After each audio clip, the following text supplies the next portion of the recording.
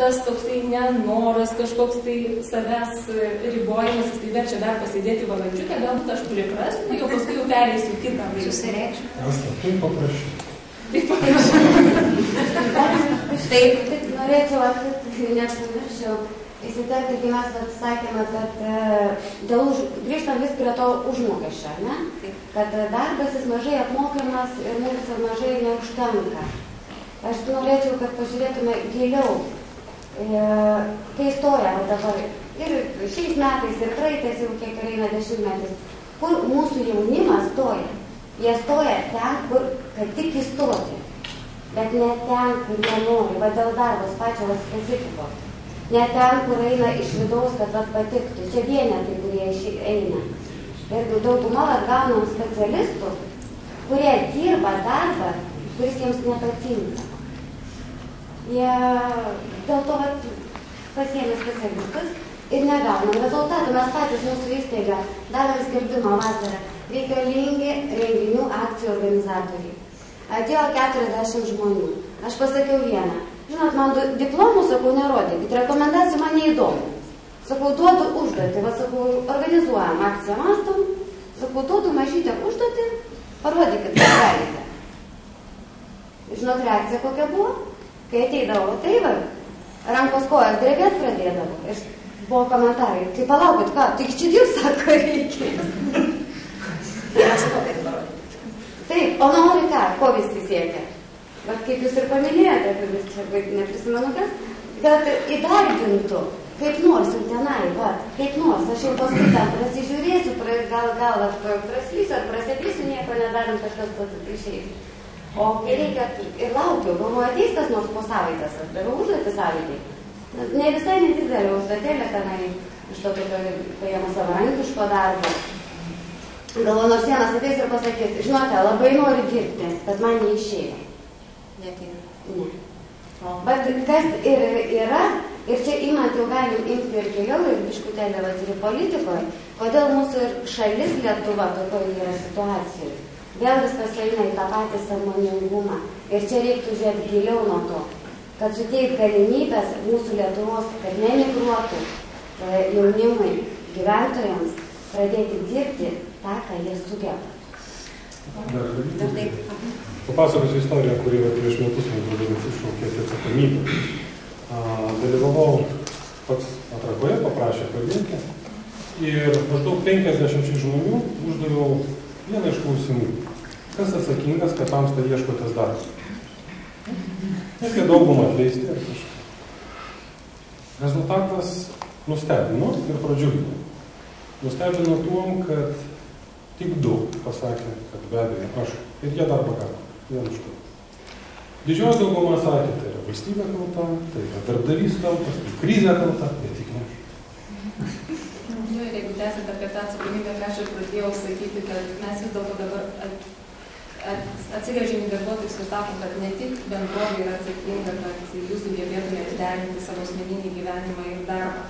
Tai jūs ir patys esate už tai atsakingi. Ir jau šiais metais pradėjom kaip ir tokius dialogo mokymus mūsų darbuotojams, kur ir parodom jiems, kad jie gali ugdyti savo asmeninį tvirtumą.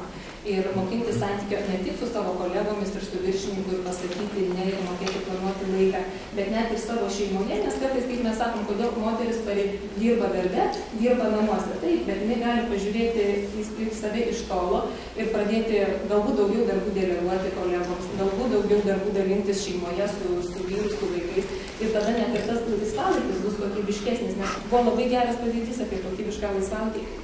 Ir aš išmokau labai gerą asmeninį pavyzdį, kai auginau pirmą dukrą. Buvau namuose, aišku, tik metus, nes tada dar buvo kitos ekonominės sąlygos ir valstybės požiūris. Ir staiga po 4 gal kokių metų aš girdžiu iš dukros, kad jinai viską atsimena, tik tai, ką jinai veikė su tėčiu. Bet jinai nieko neatsimena, ką jinai veikė su manimi. Nepaisant, kad aš su jie buvau visą dieną ir savaitgalį daugiau su jie praleidau. Tai aš tada ir supratau, jau augindama antrą dukrą, kad nesvarbu, kiek laiko tu praleidai su tuo vaiku, tai daryk visą tai kokybiškai, geriau, mažiau, bet kokybiškiau. Tai tas požiūris, sąmoningumas, aš ką noriu pasakyti, tai tikrai mes to dar visi turim išmokti.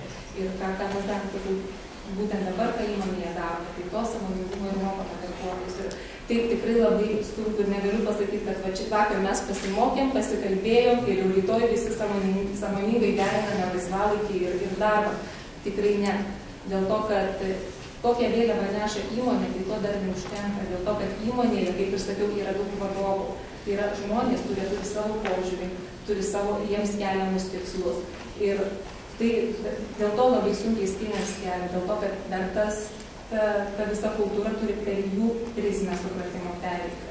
Tai aš manau, kad tikrai ilgas darbas. Žmogus labai matot, kad tik yra asmeninė ir verslininkų sąmoningumo lygmenyje, ar ne?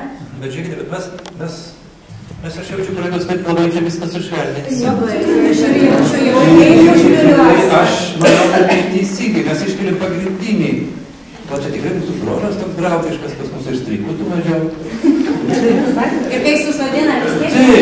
Taip, kad mes žiūrim savo akis ir džiaugiamės, kad tikrai vis atsakomybė mums. Gal todėl turi, reiškia, faktiškai savižudybės. Žudybės tai yra aukščiausias, reiškia, sąžiningo žmogaus kažkoks formas. Ne, aš jau taip sakau, čia faktiškai tai daro dažniausiai sąžiningi žmonės, kurie žymiai komfortas, reiškia, mažesnis komfortas. Gerai, bet aš noriu kitą pasakyti. Aš noriu pasakyti, kad čia teisingai mes kalbam.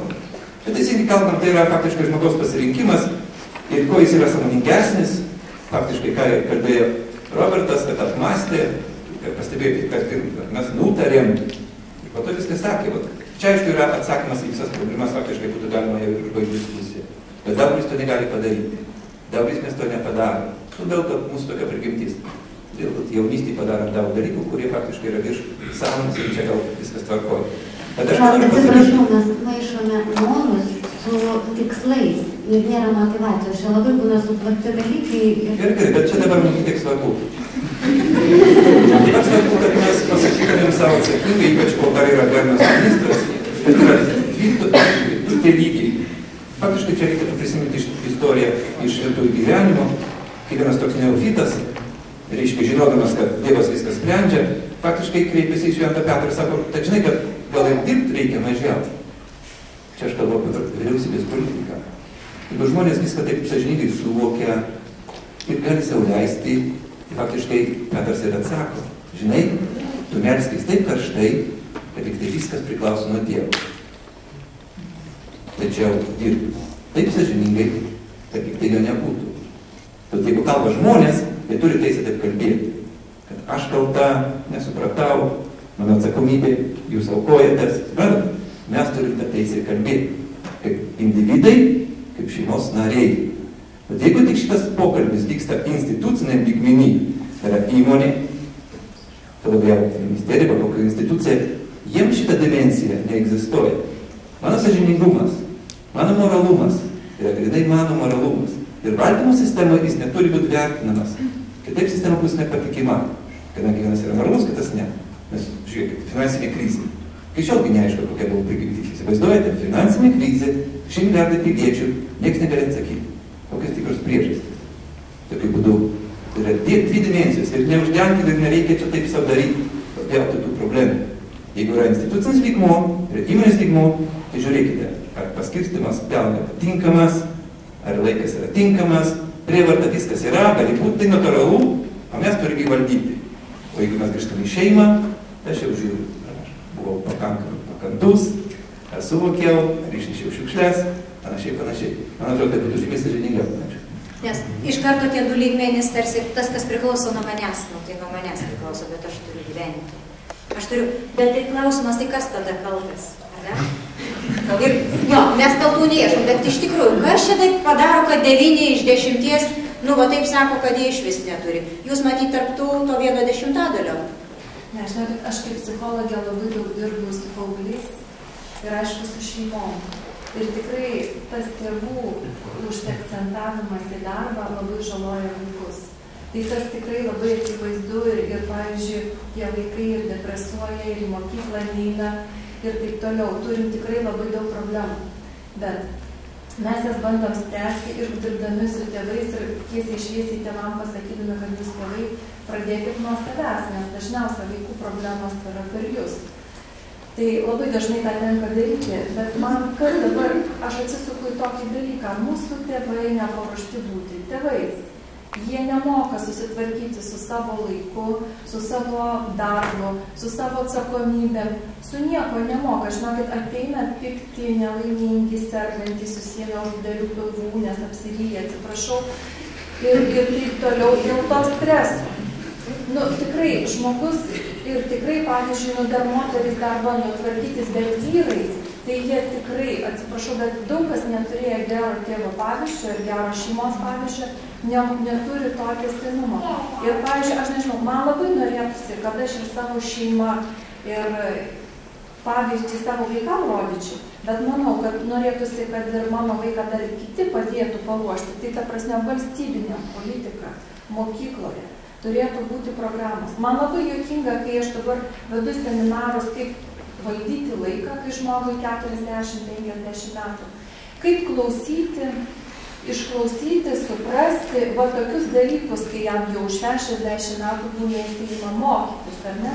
Tai kodėl mes šitų dalykų, tai gerai, kad jie pradeda mokytis ir atradimų dar, bet kodėl mes nepadarom šitų savo mažų vaikelių nuo darželio, nuo mokyklos neišmokom? Valdyti savo laiką, paskirstyti jį, išklausyti,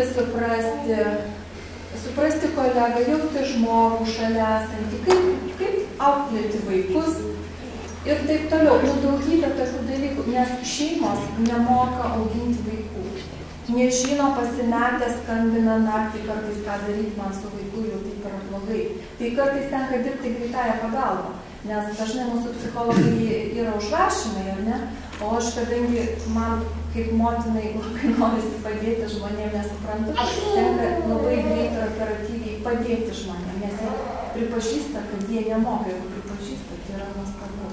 Ir aš pati, jeigu man būna sunku, aš ieškau pagalbos pas savo kolegas, nes vieną atsakymą nerandu.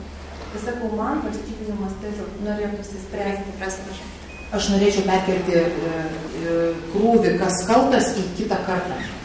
Žiūrėkit, aš kai augau maža, kai buvau, mes tradiciškai važiuodavom visai vasarai pas babytę ir senelį, mes ten darniai šienaudavom, veždavom šieną, galvytės eidavom perišti, daugelį dalykų darydavom kartu. Mūsų karta jau nebeturi tos prabangos. Mūsų vaikai jau nebeturi prabangos augti su savo seneliais. Ir jie natūraliai nebemoka išmokti iš anos kartos, nes tik tai seneliai gali išmokyti. Tėvai dirba.